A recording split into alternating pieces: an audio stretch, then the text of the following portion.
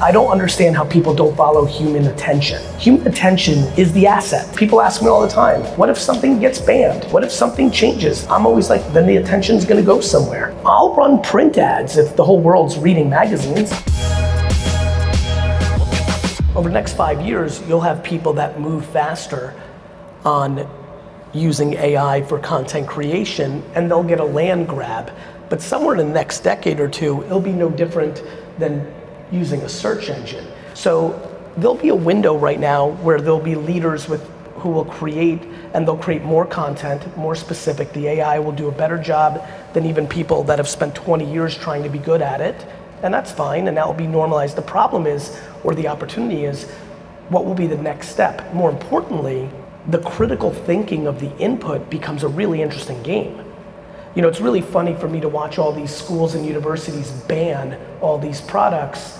They'd rather have kids memorize information that's a commodity than start teaching people critical thinking of inputting into the AI products, which is actually the punchline. I was like, wait a minute, this is what I've been waiting for my whole life. I've never been good at the commodity. I can't put 7 sentences together that are proper grammar, but I can come up with the ideas that actually matter. And so I'm actually very excited. I've heard a lot of people talk about this is bad for the creative industry. I'm like, this is the greatest thing that's ever happened to the creative industry.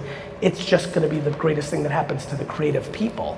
The commodity of creativity, executing it, that's gonna be commoditized, but that's what's always happened.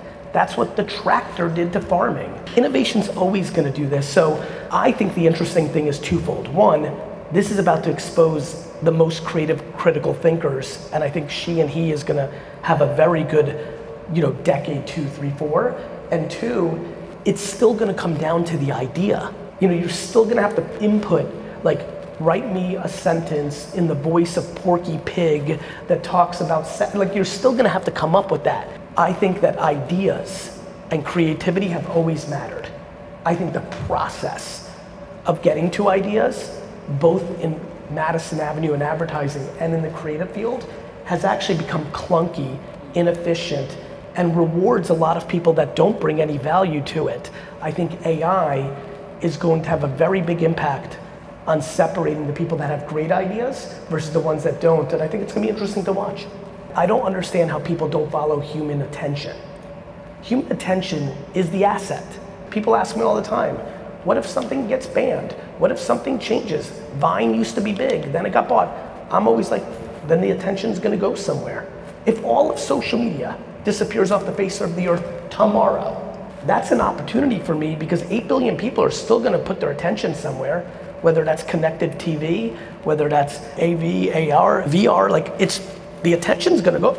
I'll run print ads if the whole world's reading magazines.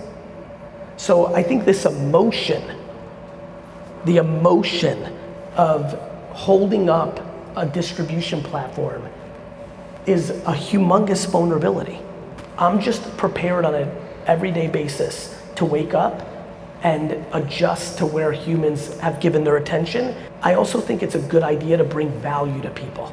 I think what's really evolved in the death of television ads is that not only have we, over the last 2 decades, moved our attention to other places with the growth and expansion of the internet, but the value proposition of a commercial on television is 0.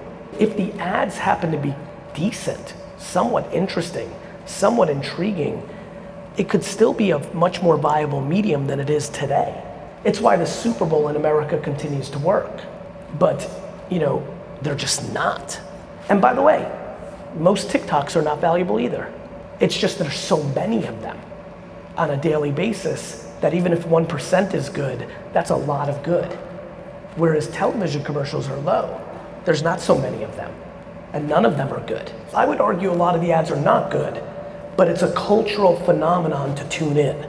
This morning I'm reading the team talking globally on WhatsApp, and they're like, the Oscars were up 18% in viewership, and my contribution was, but nobody watched the ads. The Oscars might be up 18% because we're getting into a post-COVID world, and I also think there's a huge opportunity for someone to innovate. The world is so fragmented now.